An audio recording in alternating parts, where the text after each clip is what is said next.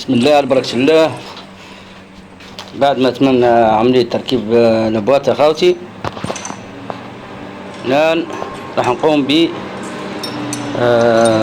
وضع الشواكيش أو الهلالات هذه الثلاثة، وهذه ثلاثة شكل واحد، ولكن هناك اختلاف، مختلف بعض الشيء.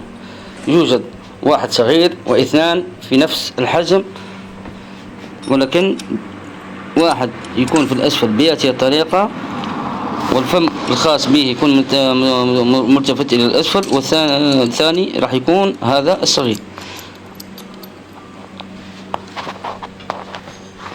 عندنا الثالث هذا راح يكون في الأعلى،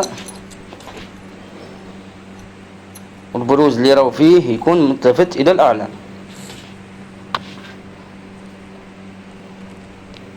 عندنا العكس، هذا طريقة تركيبه سهلة. لازم خاوتي ينزل حتى للأسفل إلى هذا المكان. لاحظوا معي مليح خاوتي، احنا ربي والعالم ماذا بينا نوصل لكم المعلومة كما هي.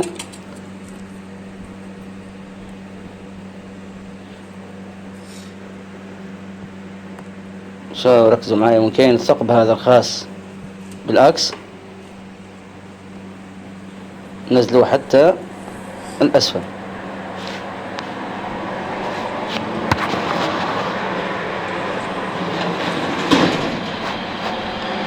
عندنا الرونديلة هذه الخاصة بالكليكي أو المنافلة، هذا المكان مخصص لها. حكموها بشوية عرميتيك أو معجون، سواء قراز، المهم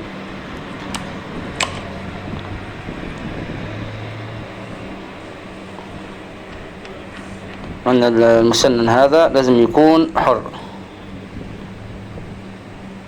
وديما نتوجهوا للرموقاليهاته أو الرموهاته، يجب أن تكون ممتازة، ما يكونش فيها بوش أو حاجة. المهم خاوتي، بعد ما نقوموا بوضع جنبة الكرتيل بهذه الطريقة، نحط صبعك في هذا المكان ونقوم بطرق عليها بمطرقة بلاستيك من الطرف الثاني، طرق خفيف فقط.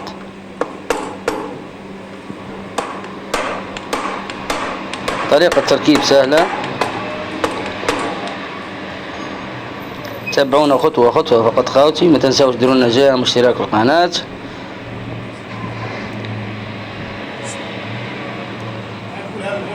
عندنا الكلافات اخوتي هنا، هذه الخاصة بهذا الديسك، نقوم بوضعها في مكان مخصص لها. نقوم بتنزيل الديسك هذا في مكانه، ونقوم بالطرق عليه ايضا بمطرقة البلاستيك بهذا الشكل حتى ينزل إلى المكان المخصص له.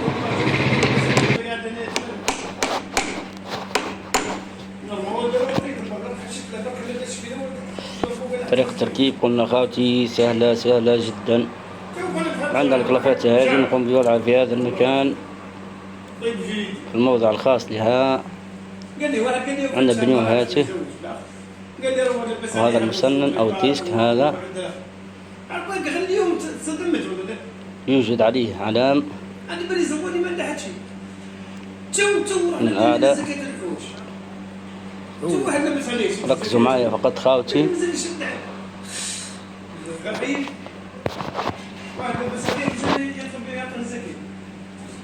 الإعلام إن شاء الله يكون له واضح. انظروا كنا أعطيكم بالصورة في الأعلى.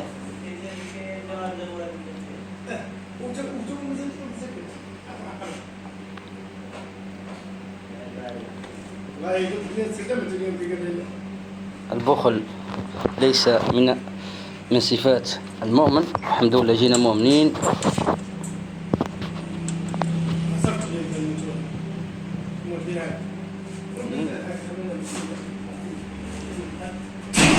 معنا فقط خافي خطوة خطوة.